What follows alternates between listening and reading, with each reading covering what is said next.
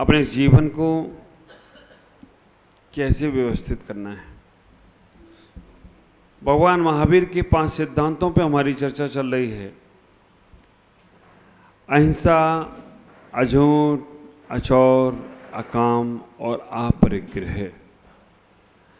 अहिंसा के संबंध में हमने समझ लिया, मन में भी किसी के प्रति राग का या द्वेष का भाव आना भी हिंसा है। अझूठ को हमने समझ लिया, मजाक मजाक में भी अगर कोई तुमने बात गलत बोल दी तो वो भी तुम्हें झूठ का दोष लगेगा। ऐसी भी सत्य बात जिससे किसी के प्राण संकट में पड़ते हों, वो भी बात तुम्हारी झूठ का ही सबूत देने वाली है। अचौर का भी आपने समझ लिया, किसी की गिरी पड़ी रखी भूली वस्तु को बिना पूछे उठाना, छूना या दूसरे को देना चोरी का दोष है। अकाम को भी आपने समझ लिया, मन में किसी के प्रति राग का भाव आ जाना, वासना और रसना, ये दोनों इंद्रियों पर कंट्रोल नहीं करना ही तुम्हारा ब्रह्मचर्य व्रत नहीं हो सकता। अकाम वाला इन दोनों पे कंट्रोल करता है। आज हम आपसे चर्चा कर रहे हैं अपरिग्रह। परिग्रह, बहुत सारी बातें आचार्यों ने कही, आप विचार करके रखना। आचार्य यहाँ कह रहे हैं परिग्रह मितो गति परिग्रह। बहुत सारी बातें आचार्यों ने कही हैं। आचार्य यहाँ कह रहे हैं परिग्रह ते इति परिग्रह। धवला ग्रंथ पुस्तक 12 में कहा, जो ग्रहण किया जाता है वह परिग्रह। आप विचार करके रखना, जो ग्रहण किया जाता है वो परिग्रह है। लोभ कषायो उद्यासु सा परिग्रह। लोभ कषाय के उदय से जिन विषयों को, संग को परिग्रह कहते हैं। आचार्य कहते हैं इच्छा परिग्रह। समय सार में कहते हैं जो तुम्हारी इच्छाएं हैं, जो तुम्हारी भावनाएं हैं, वो सब परिग्रह है। आप विचार करके रखना, हम अपने जीवन में उन परिग्रहों को समझने का प्रयास करें। जो हमारे पास है वो सब परिग्रह है, और जो और पाने की चाह रख रहे हो वो भी परिग्रह है। मूल में देखा जाए तो तुम्हारी मूर्छा परिग्रह। जिन जिन वस्तुओं के प्रति तुम्हारे मन में आसक्ति का भाव है, जिन जिन वस्तुओं के प्रति तुम्हारे मन में अटैचमेंट का भाव है, जिन जिन वस्तुओं के प्रति तुम्हारे मन में लगाव का भाव है, वो सब परिग्रह। और जहाँ जहाँ परिग्रह होता है वहाँ वहाँ 9 ग्रह परेशान करने वाले होते हैं। परिग्रह में ही ग्रह छिपा है। आप विचार करके रखना, अगर तुम्हारे पास परिग्रह है तो समझ के रखना 9 ग्रह तुम्हें परेशान करने वाले हैं और 9 ग्रह तुम्हें वही पीछे लगेंगे। परिग्रह से बचने के लिए हमें अपने जीवन में मानसिकताओं को बदलना है। ख्याल करो, हमारा जैन धर्म इतना भाव प्रधान धर्म है कि वस्तु रखी रहे फिर भी तुम्हें दोष ना लगे। वस्तु तुम्हारे पास है फिर भी तुम्हें कोई दोष नहीं लगेगा, और वस्तु नहीं है फिर भी तुम्हारी मन की इच्छा, मन की चाह तुम्हें हमेशा दोष देती रहे तो कोई आश्चर्य की बात नहीं है। भगवान के पास समोसण में क्या नहीं है? भगवान के पास समोसण में क्या नहीं है? देवी देवता हैं, सब कुछ है, सब अष्टप्रात्यार हैं, अष्टमंगल द्रव हैं, सोने के स्वर्ण में कमल हैं, लेकिन फिर भी उनको कोई भी परिग्रह छू नहीं पा रहा है। विचार करके रखना, चक्रवर्ती भरत के पास, सभी चक्रवर्तियों के पास पूरा वैभव है। अभी शांतिनाथ भगवान का पंचकल्याणक हो रहा है और वो खुद ही चक्रवर्ती हैं। सारा वैभव होने के बाद भी आचार्य कहते हैं कि भरत का जीवन घर में बैरागी था। सब होने के बाद भी वो बैरागी। देवताओं में चर्चा हो गई कि ये बैरागी हो ही नहीं सकते, इतना वैभव। किसी के पास तो थोड़ा सा वैभव हो वो भी तुम्हारा बैरागी नहीं होता, इनके पास तो इतना वैभव है फिर भी वो बैरागी है। देवताओं में चर्चा हुई, परीक्षा के लिए आए, उनने पूछ लिया देवताओं ने, कथानक को कथानक ही समझना, नहीं तो तुम ढूंढने लग जाओ ग्रंथों में। तत्व समझना, दृष्टांत समझना, दृष्टांत से दाष्टांत समझना। दृष्टांत कहता है कि वहाँ पर जब वो परीक्षा लेने के लिए आए भरत चक्रवर्ती के पास, और भरत चक्रवर्ती से पूछा कि आपके पास इतने रसोइये हैं, इतने हाथी हैं, इतने घोड़े हैं, इतनी रानियां हैं, इतने महल हैं, और फिर आप बैरागी कैसे? उनने कहा मैं बताऊंगा, पहले मेरे सारे वैभव को दिखाओ, क्या क्या वैभव सबसे सुंदर है। रानियों को ज़्यादा देखे आना, क्योंकि वही सुंदर ज़्यादा दिखेंगी। सारा वैभव घूम के आ जाओ, जो सुंदर वैभव तुम्हें दिखे वो मुझे आके बताओ। लेकिन उसके पीछे जब वो देव जाने लग गई, वो मानव जाने लग गए, उन्होंने कहा तुम्हारे पीछे एक आदमी भी जाएगा तलवार लेकर। अगर तुम हाथ में तुम्हें कटोरा दिया गया है, इस कटोरे में पूरा भरा लबालब पानी से भरा है, तेल से भरा है, इसकी से भरा है, अगर इसमें से कोई भी एक बूंद गिरेगी तो पीछे जो तुम्हारे चल रहे हैं इनकी तलवार तुम्हारे गर्दन पे गिर जाएगी। दृष्टांत कहता है जब वो पूरा घूम कर आए और पूछा कि क्या वैभव अच्छा था, उन्होंने कहा मुझे कोई वैभव नहीं दिखा, मुझे तो ये पीछे जो चल रहे थे मूछ वाले यही दिख रहे थे कि बूंद गिरी और ये तलवार गिरी। ख्याल करके रखना, जब तुम्हारा अनासक्त भाव होता है तो वस्तु तुम्हें कभी भी तुम्हें परेशान नहीं कर सकती है, और आसक्ति भाव होती है तो वह विचार करके रखना, आसक्ति का भाव तुम्हें परेशान करता है। वस्तु के प्रति आसक्ति हो, स्त्री के प्रति आसक्ति हो, पैसे के प्रति आसक्ति हो, वैभव के प्रति आसक्ति हो, वो तुम्हें दुखी करेगी। और अनासक्त योगी बन गए तुम, विदेही बन गए तुम। अनासक्त योगी के पास सब कुछ होने के बाद भी उसे परेशानी नहीं है, और आसक्ति वाले व्यक्ति के पास कुछ नहीं है फिर भी वो परेशान होता है।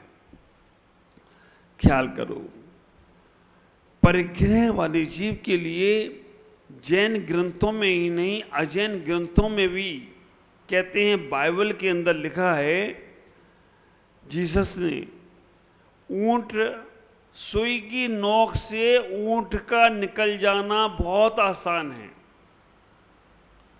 सुई की नोक से ऊंट का निकल जाना बहुत आसान है, लेकिन परिग्रही व्यक्ति का कल्याण होना आसान नहीं है। परिग्रही व्यक्ति संसार में फंसा ही रहेगा।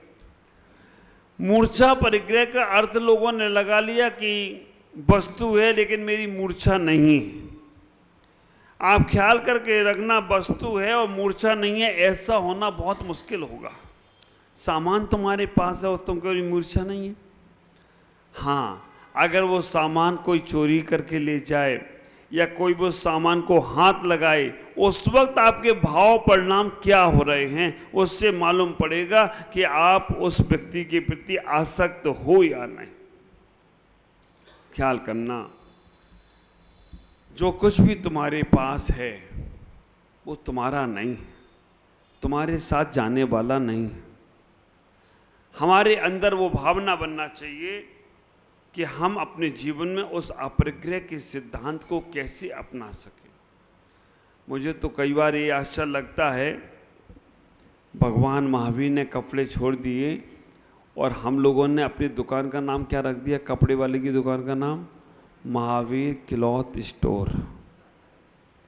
जिनने सब छोड़ दिया उनके नाम से दुकानें चालू हो गई, जिनने सारा संसार छोड़ दिया उन्हीं के नाम से हम सब करने लग गए।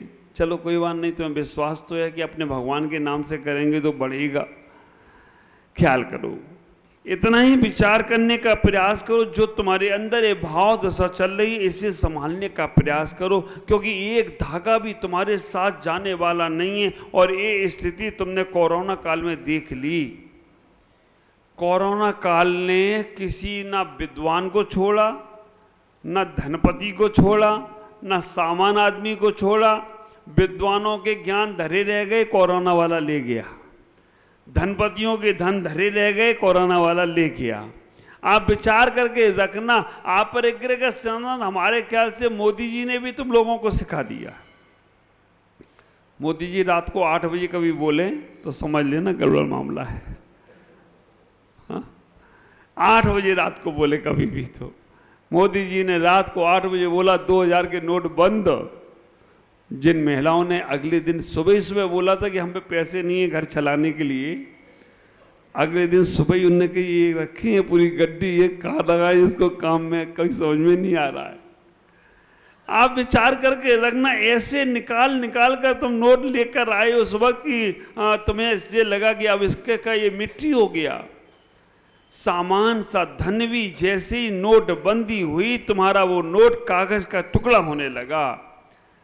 और आप उस सिद्धांत को अभी समझ नहीं पा रहे हो कि आंख बंद होगी ना तो वो घर भी घर नहीं, शमशान ही जैसा हो जाएगा। ख्याल करो, हम अपने जीवन में उस अपरिग्रह के सिद्धांत को समझे। धागा भी लेकर नहीं आए हो और धागा भी लेकर जाओगे नहीं। सिकंदर ने कितनी प्यारी बात बोली। सिकंदर यूनान से आया भारत में आने के बाद उसने पूरे विश्व में विजय पताका फहराई। लेकिन ऐसा कहने को सुनने को मिलता है कि जब वो राजस्थान में फंस गया, गर्मी का समय था, राजस्थान में फंस गया, गर्मी का समय था, उसको प्यास लगी, उसने अपने सैनिकों को बुलाया कि कहीं से भी पानी का इंतजाम करो। सैनिकों ने कहा नहीं हो रहा है। उसने कहा मेरी जितनी दौलत में जीता हूं सारी दौलत नहीं, आधी दौलत दे दो। उन्होंने कहा नहीं हो पा रहा है, सारी दौलत दे दो। तो सिकंदर के धन की, दौलत की, विश्व की जीत की कीमत कितनी? 1 गिलास पानी, और नहीं मिला। तब सिकंदर ने अपने सैनिकों से कहा अब मुझे जाना तो है ही है, लेकिन मैं जगत को एक संदेश देकर जाना चाहता हूं। सिकंदर ने कहा मुझे जाना तो है लेकिन मैं जगत को एक संदेश देकर जाना चाहता हूं, इसलिए जब मैं मृत्यु को प्राप्त हो जाऊं तो मेरे हाथ अर्थी के अंदर नहीं रखना, अर्थी के बाहर रखना। कई जैन मंदिरों में भी मैंने ऐसे चित्र देखे हैं जहां सिकंदर के हाथ दोनों बाहर। सिकंदर ने जब कहा दोनों हाथ बाहर रखना, तब किसी दास ने, किसी कवि ने कहा सिकंदर इस जहां में था तो उसके हौसले आली थे। सिकंदर जब इस जहां में था तो उसके हौसले आली थे, और जब इस जहां से गया तो दोनों हाथ खाली थे। आप विचार करके रखना, क्या कीमत है तुम्हारी इस दौलत की। ख्याल करो, जब अस्पताल पहुंचते हैं तो मालूम पड़ता है कि स्वस्थ आदमी ही सबसे बड़ा धनपति है। जब जेल में पहुंचते हैं तो पता चलता है कि स्वतंत्र आदमी ही सबसे बड़ा सुखी इंसान है। और शमशान पहुंच जाएं तो मालूम पड़ता है कि धागा भी साथ जाने वाला, चाहे जोड़ लो कितने भी हीरे और मोती, एक बात का ख्याल रखना, कफन में जेम नहीं होती। चाहे जोड़ लो कितने भी हीरे मोती, एक बात का ख्याल रखना, कफन में जेम नहीं होती। मैंने एक व्यक्ति से पूछा, 60 साल 70 साल 80 साल के हो गए, मैंने पूछा अब क्यों कमा रहे हो? बेटे के लिए कमा रहा हूं, बेटे के लिए कमा रहा हूं। बेटे से पूछा, उसने कहा इतना कमा लिया 7 पीढ़ी का काम चल जाएगा। आप विचार करके रखना, इतना कमा लिया है 7 पीढ़ी का काम चल जाएगा। उससे पूछा अब तो छोड़ दो, उसने 8वीं पीढ़ी का क्या होगा? आप विचार करना। मैं कभी कभी पूछता हूं कि आपने इतना कमा लिया है, इतना कर लिया है, अब किसके लिए? बेटे के लिए। क्यों? बेटे के हाथ पैर नहीं है क्या? पूत कपूत तो का धन संचय, और पूत सपूत तो का धन संचय। विचार करके रखना, अगर तुम्हारा पुत्र कपूत है, बेटा तुम्हारा नालायक है, कितना भी कमा के रख जाओ वो तुम्हारा ही नाम खराब करेगा। और पूत सपूत है, उसे कुछ मत दो, वो सब कुछ कमा लेगा, सब कुछ कर लेगा। आप विचार करके रखना, आपके मन में भाव चलता रहता है कि मैं कमा के रख जाऊंगा तो मेरा बेटा अच्छे से अच्छा काम करेगा। आप विचार करना, कल हमारे पास कल्पना बहन बैठी थी, इनके 2 बेटे, एक का काम चाय, 3 है, एक चाय का काम भी है और आइसक्रीम का काम भी है। आप विचार करके रखना, पानी बरस जाता तो एक बेटा खुश होता कि आज अच्छी दुकान चलेगी, और दूसरा वाला बेटा है मम्मी गर्मी पड़ेगी तो अच्छी काम चलेगी। अब ये भगवान से मांगे तो मांगे क्या, पानी बरसवाए या गर्मी पैदा कराए, लेकिन फिर भी सामंजस्य से काम कर लेती है। तो आप विचार करके रखना, बेटे को योग बनाओ, पैसों से नहीं, उनके संस्कारों से योग बनाओ। तुमने बहुत धन दौलत देती और संस्कार नहीं दिए अगर बच्चों को, तो विचार करके रखना, तुम्हारी धन दौलत से ही तुम्हारा नाम खराब करने वाले हैं। और उन्हें तुमने संस्कार दे दिए, अच्छी योग बना दिया, अच्छे श्रेष्ठ बना दिया, तो समझ के रखना कुछ भी नहीं होगा तो भी तुम्हारा नाम ऊंचाइयों पर ले जाए तो कोई आश्चर्य की बात नहीं होगी। एक बात का और ख्याल करना, इतना भी लायक नहीं बनाना, नहीं तो कल वो तुम्हें नालायक घोषित कर देगा। बेटे को इतना भी लायक नहीं बना देना कि वो तुम्हें बिना गुण नहीं है, अगर उस बेटे के अंदर छोड़ दो उसको उसके भाग पर, क्योंकि बिना गुण हमें सबसे पहले सिखाना है। उसके अंदर बिना गुण नहीं है तो वो लायक बेटा भी नालायक से भी बदतर होगा। विचार करना, इतना ही सोचने का प्रयास करो कि तुम अपने धन की संपदा तो देना चाहते हो, लेकिन संस्कार की संपदा कब दोगे? धन की संपदा तो थोड़े समय बाद खत्म हो जाएगी, लेकिन संस्कार दे दिए, योग्यता दे दी उनको, तो बहुत आगे से आगे बढ़ जाएंगे। विचार करना, अपने जीवन में जो तुमने कमाया है वो तुम अपने लिए उपयोग में लेकर आने का प्रयास करो। कहते हैं पैसे को व्यापार में लगाते हैं, पैसे को व्यापार में लगाते हैं तो कुछ बढ़ता है, ब्याज में लगाते हैं तो दुगना होता है, व्यापार में लगाते हैं तो चौगुना होता है, खेती बाड़ी में लगाते हैं तो 1000 गुना होता है। लेकिन उन्हीं धन को, दौलत को तुमने अगर धर्म कार्य में लगा दिया, अच्छे कार्य में लगा दिया, तो लाख गुना फल देकर आए तो कोई आश्चर्य की बात नहीं है। विचार करना, लाख गुना फल देकर जाता है। कैसे?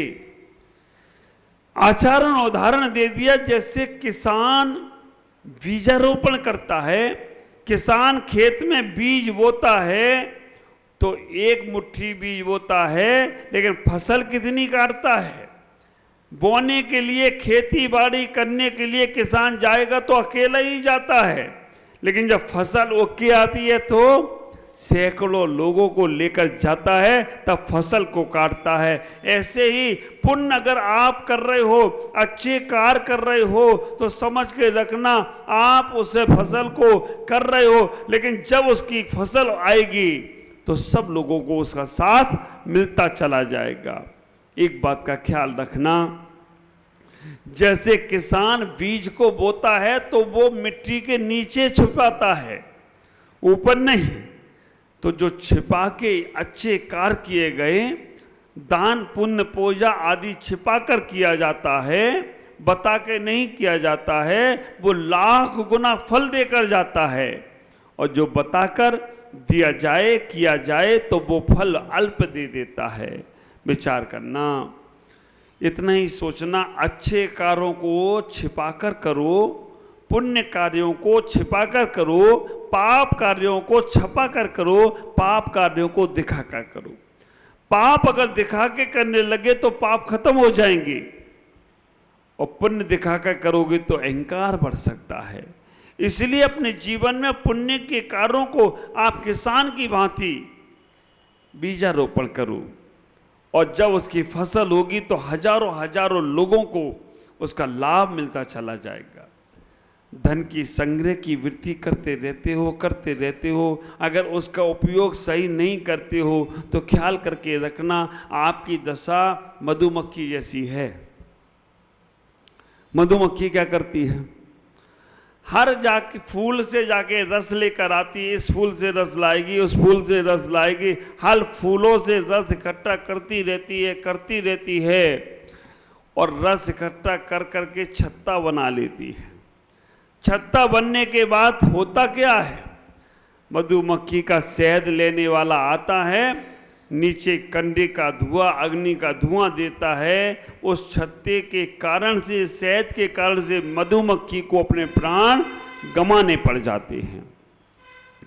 तो हमें ख्याल करना, हमने अगर उसको जोड़ कर रखा है और उसको सदुपयोग में नहीं किया, अच्छे कार्यों में नहीं किया, तो वही धन हमारे जीवन में खतरे में कारण बन जाता है। कई बार ज़्यादा धन भी हमारे पास जुड़ा रखा है, हम उसका उपयोग नहीं कर पाते हैं, तो चोरी चपाटी में, सेल टैक्स, इनकम टैक्स में, डॉक्टरों की बीमारियों में, पता नहीं कहाँ कहाँ गलत चीज़ों में निकल जाता है। अगर तुम्हारे पास अच्छा धन है, अच्छे उपयोग में ले सकते हो, तो हमें जरूर लेना चाहिए। आप ख्याल करो, धन की 3 ही गति आचार्यों ने बताई है। परिग्रह तुम्हारे पास जो है, परिग्रह के बारे में कहते हैं, परिग्रह 24 वेद त्याग करें मुनिराज जी। ये 24 परिग्रह कौन कौन से हैं? आप विचार करके रखना, 24 परिग्रह त्याग मुनिराज करें। आपके लिए नहीं कहा 24 परिग्रह का त्याग, आपके लिए तो 10 प्रकार के बाह्य परिग्रहों का त्याग किया। का क्षेत्र, वास्तु, धन्य, धान, सुवर्ण, हिरण, दास, दासी, कुप्य, भांड, तत्व शुद्ध ग्रंथ में कह दिया कि क्षेत्र का, वास्तु का, धन्य धान्य का, सुवर्ण रजत का, दास दासी का, कुप्य आदि का परिग्रहों का आप त्याग करके रखो। आप कहोगे महाराज हमने त्याग कर दिया तो फिर हम क्या करेंगे जीवन में? ख्याल करना, मुनिराज इन 10 प्रकार के परिग्रह का संपूर्ण से त्यागी होते हैं और 14 प्रकार के अंतरंग परिग्रह हैं। 9 कसाय, हास, रति, अरति, शोक, भय, जुगुप्सा, स्त्री वेद, पुरुष वेद, नपुंसक वेद। ये पुरुष वेद भी का हमारा एक परिग्रह है, स्त्री वेद भी एक परिग्रह है, हंसना भी परिग्रह है। हास, रति, राग, हास, रति, अरति, शोक, ये सब परिग्रह है। कसाय, क्रोध, मान, माया, लोभ, ये सब परिग्रह। मिथ्यात्व भी परिग्रह है। मुनिराज 24 प्रकार के परिग्रह का त्याग करते हैं, श्रावक 10 प्रकार के परिग्रह का त्याग करते हैं। परिग्रह त्याग का मतलब है जो परिग्रह तुम्हारे पास है उसके अलावा और अन्य परिग्रहों का त्याग कर दो। आप विचार करके रखना, जो तुम्हारे पास है उसके अलावा अन्य परिग्रहों का त्याग कर दो। तुम्हारे पास 10 जोड़ी कपड़े हैं, 20 जोड़ी कपड़े हैं, 50 जोड़ी कपड़े हैं, 100 जोड़ी कपड़े हैं। परिग्रह के सिद्धांत को समझना, आप ख्याल करके रखना कि आप सोचते हो कि हम इन कपड़ों से बहुत बड़े आदमी बन जा रहे हो। सुंदर से सुंदर कपड़े बेचने वाला किसको कपड़ा सुंदर पहनाता है? हाँ, बाहर कपड़े बेचने वाले की दुकान में एक स्टेचू खड़ा रहता है बिजू का, उसको सबसे सुंदर कपड़े पहनाता है। उस सुंदर कपड़े पहनने से उसकी इज्जत बन गई क्या? लेकिन विचार करके रखना, हम भी उन सुंदर कपड़ों को पहनने का प्रयास करते हैं, उन सब चीज़ों को लेने का प्रयास करते हैं। तो ये सब बाह्य परिग्रहों का त्याग का मतलब केवल इतना ही है कि आप अपने परिग्रहों को सीमित करो। अगर तुम घर में रहकर परिग्रह को सीमित नहीं कर पाए तो समझ के रखना तुम महाव्रतों को ले नहीं सकते हो। अणुव्रत की व्यवस्था हमारे एक बताई गई है और महाव्रत की व्यवस्था बताई गई है। अणुव्रत का मतलब है छोटे छोटे रूप में नियम को, व्रतों को, संयम को ले लो। आपके पास 50 जोड़ी कपड़े हैं, 50 जोड़ी के बाद हम ज़्यादा कपड़े नहीं रखेंगे। आप ख्याल करना, कितने पहनते होगे एक दिन में कपड़े? 50-100 जोड़ी, 10 जोड़ी, 20 जोड़ी, 5 जोड़ी, बड़ी मुश्किल से 2 या 3 जोड़ी कहीं बहुत बड़े कार्यक्रम में आदि में जाना हो तो। लेकिन हमारे पास परिग्रह का प्रमाण नहीं है तो समझ के रखना सतत पाप लग रहा है, सतत पाप। और अब तो देश का कपड़ा तो छोड़ो, विदेशी कपड़ा भी पहनते हो। तो विदेशी कपड़ा, जितनी फैक्ट्रियों में कपड़ा बन रहा है, अगर तुमने प्रमाण नहीं बनाया, सारी फैक्ट्रियों के कपड़े का पाप तुम्हें लग रहा है। आप विचार करना, कितनी गाड़ियां हैं तुम्हारे पास, एक लिस्ट बनाओ। बहुत सारी लिस्ट बनाई दुनिया की, एक अपने लिए लिस्ट बनाओ। आप जितनी पूजा कर रहे हो, पाठ कर रहे हो, स्वाध्याय कर रहे हो, सत्संग कर रहे हो, इससे ज्यादा पुण्य लगेगा। आपने अपने सामान की मर्यादा बना ली, परिग्रह की मर्यादा बना ली। 50, 100 जितना है। सोना कितना होगा? आधा किलो, 1 किलो होगा, 5-10 किलो भी हो सकता है। हाँ, आप 100 किलो सोने की मर्यादा बनाओ, 100 किलो से ज्यादा नहीं रखेंगे। 500 किलो चांदी आप विचार करके रखना। आप मर्यादा बनाओ, 500 जोड़ी रखेंगे कपड़े, हम 50 घर रखेंगे। जैसे ही तुमने मर्यादा बनाई, तुम्हारी परीक्षा होगी, लॉटरी लग जाएगी तुम्हारी कहीं से, और लॉटरी लगने के बाद तुम्हें और सामान मिलेगा। उस वक्त तुम्हारा क्या भाव होगा, आप विचार करके रखना। हमने जब तक परिग्रह की मर्यादा नहीं बनाई, तब तक हमें सतत पाप लग रहा है। खाने पीने की मर्यादा नहीं बनाई, तब तक हमें सतत पाप लग रहा है। आज मेरे कहने से एक काम कर लेना, एक डायरी कॉपी का पेज में लिखना। तुम्हें ही नहीं मालूम है तुम्हारी कितनी दौलत है। आप विचार करना, अभी यहाँ इतने आदमी बैठे हैं, इनकी जेब में कितने पैसे हैं इनको नहीं मालूम है। हैं, रखे हैं, पैसे हैं। आप अपने जब तक परिग्रह की मर्यादा नहीं बनाओगे, तब तक आपका संसार बढ़ता रहेगा। परिग्रह की मर्यादा बनाओ, उससे ज्यादा नहीं लेना। आचार्यों ने इस प्रकार के दोष बताए हैं कि अगर तुमने जो मर्यादा बना ली, उसके बाद अगर तुम्हारा भाव ऐसा होता है तो दोष लगते हैं। आप ख्याल करना, जो तुम्हारे पास है उसमें खुश रहो। प्राप्त है वो पर्याप्त है। पराई अमानत को देखकर परेशान मत होइए, प्रभु तुम्हें भी देगा, हैरान मत होइए। इतना ही विचार करो, इतना ही सोचने का प्रयास करो। हम बहुत जोड़ते रहते हैं, बहुत जोड़ते रहते हैं। छोड़ने के नाम पर हमें सोचना पड़ता है, और ऐसा कहा भी गया है, जोड़ना बहुत आसान है, छोड़ना बहुत मुश्किल है। जोड़ने के लिए कोई ज़्यादा मेहनत नहीं करना पड़ी, लेकिन छोड़ने के लिए बहुत मेहनत करना पड़ती है, क्योंकि छूटता है तो हमारे प्राण से सूखते हैं। आप विचार करना, आप सोचने का प्रयास करना। धन की 3 गति बताई। धन, भोग, नाश, दान, 3 ही गति हैं धन की।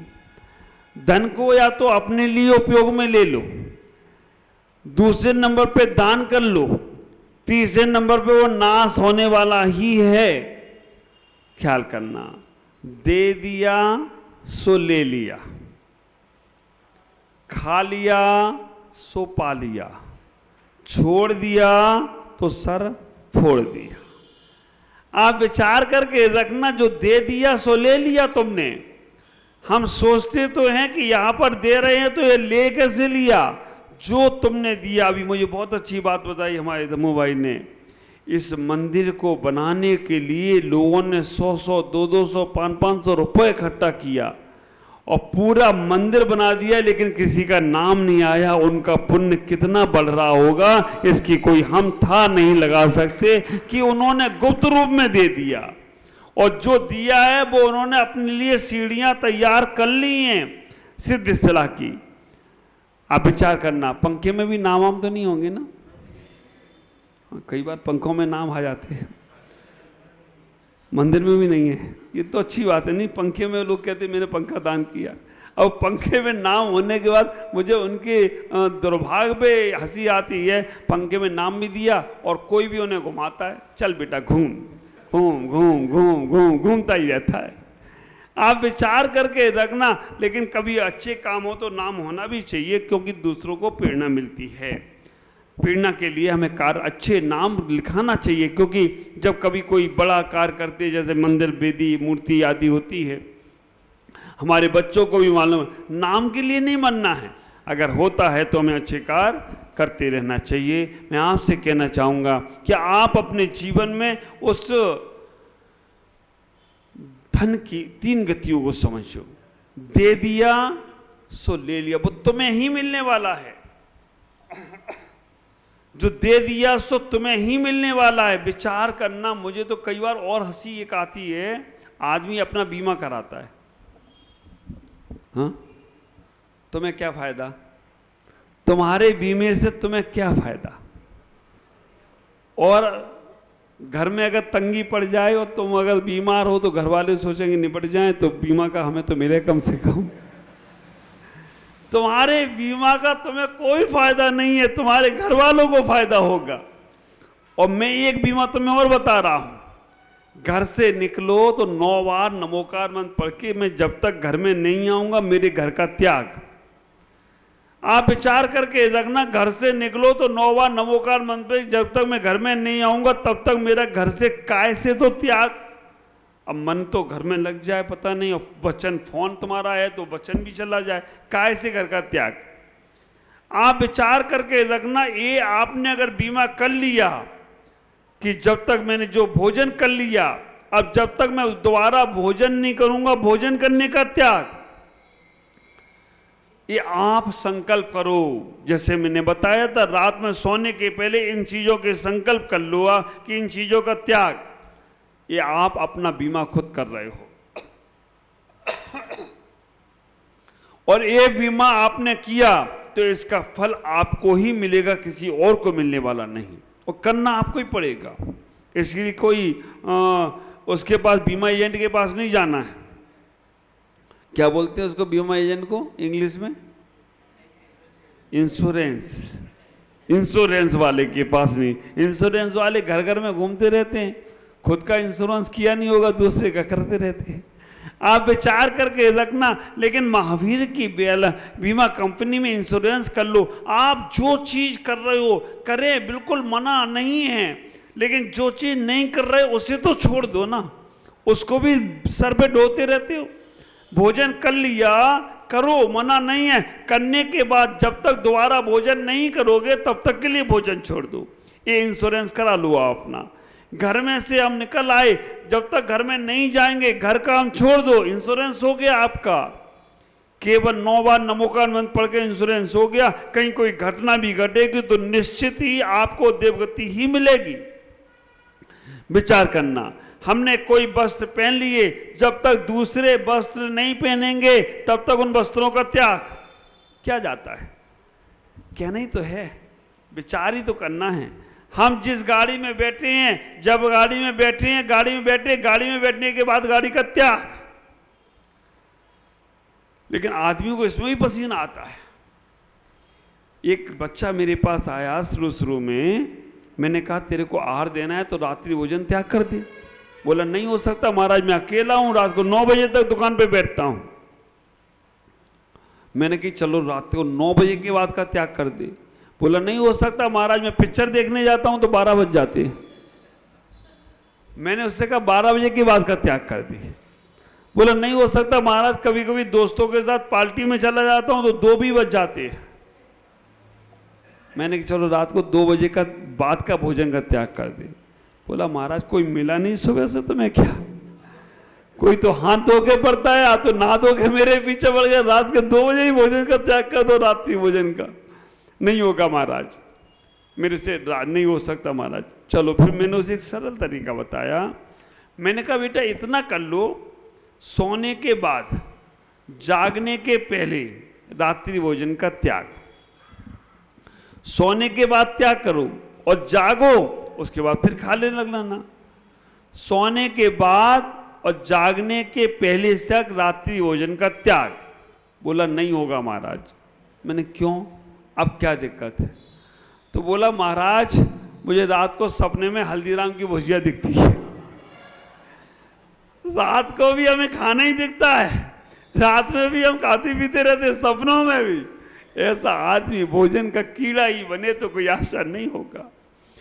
मैं आपको इस जैन धर्म को सरल करके समझाना चाहता हूँ, आप परिग्रह के सिद्धांत को समझाना चाहता हूँ कि आप परिग्रह का सिद्धांत बहुत हुआ नहीं है। तुम सोचते हो कि हम परिग्रह हमने क्या हम नहीं ले सकते, ले सकते हो।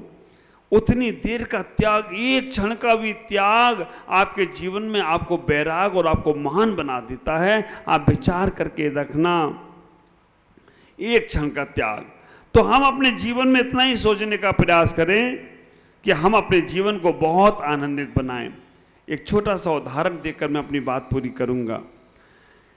एक सम्राट अपने नगर में बहुत अच्छे से राजपाट चला रहा था। एक दिन उसे सपना आया, सम्राट, अगर आपको अपने राज को बचाना है, तुमने बहुत दिया है, अब तुम मांग लो। तुम्हें आज सुबह सुबह जाकर किसी से भीख मांग कर लाना है। अगर उसने सामने वाले ने कोई भीख तुम्हें दे दी तो विचार करके रखना, भिक्षा तुम्हें दे दी तो तुम्हारा राज बचेगा। अगर तुम्हें किसी ने कुछ नहीं दिया तो तुम्हारे राज पर उपसर्ग होने वाला है। सम्राट ने, जिसने हमेशा दिया ही है, वो कैसे मांगे? लेकिन सम्राट ने कहा कि अपनी प्रजा की रक्षा के लिए मुझे मांगना भी पड़ेगा तो मैं मांगूंगा। सम्राट प्रजा की रक्षा के लिए मांगने के लिए चल दिया। और इधर भिखारी भी एक ऐसा ही था। उसने कहा कि मुझे भिक्षा लेना है। आप विचार करके रखना, भिखारी भी बड़े राजनीतिक होते हैं।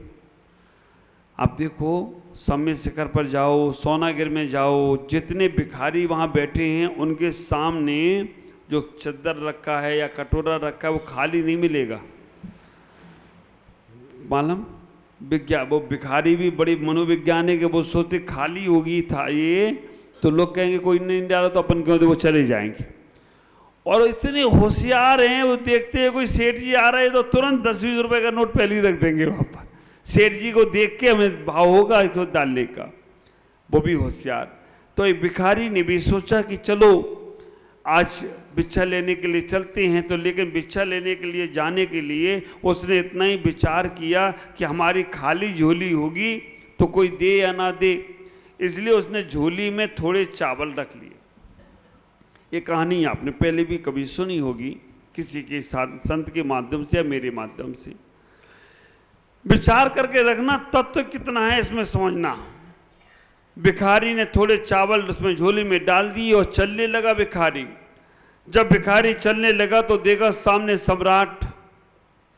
उसने कहा आज तो मेरी बड़ी अच्छी किस्मत है, आज तो मेरी इतनी अच्छी किस्मत है, आज सबसे पहले सम्राट ही आ रहा है। भिखारी एक तरफ खड़ा हो गया और सोचने ये लग गया कि अगर सम्राट का रथ रुक जाए तो आज सम्राट से ही मांग लेंगे। और सम्राट से मांग लिया और सम्राट ने दे दिया तो फिर हमें भिक्षा मांगने की जरूरत ही नहीं पड़ेगी। ख्याल करो, भगवान से ही मांग लेंगे। सम्राट के बारे में सोच ही रहा था कि उतनी देर में रथ रुक गया। और रथ रुका, उसने कहा वास्तव में सम्राट रुक गया। उसने कहा आज तो मेरी किस्मत बहुत अच्छी है, मैं अच्छे व्यक्ति का मुंह देख के निकला हूं, इसलिए सम्राट से आज भिक्षा मिलेगी। लेकिन हुआ उल्टा। वो व्यक्ति, वो भिखारी सम्राट से कुछ मांग पाता उसके पहले सम्राट ने अपनी झोली फैला दी। भाई मानव, तेरे पास जो कुछ भी है मेरी झोली में डाल दी। वो भिखारी अपनी आंख मलता है और सोचता है, देखो है ना होशियार आदमी। आप विचार करके रखना, वो आदमी इतना ही सोचता है कि आप सम्राट तो हमें कुछ दे ही देगा, सम्राट से कुछ मिल ही जाएगा। और सम्राट से लेने के लिए, सम्राट से लेने के लिए जैसी उसने झोली फैलाई, झोली फैलाने के बाद सम्राट देता, लेकिन सम्राट ने खुद मांग लिया। और जब सम्राट ने खुद मांगने का प्रयास किया, वो भिखारी ने आंख मले कि मैं सही में सम्राट के सामने खड़ा हूं या भिखारी के सामने खड़ा हूं।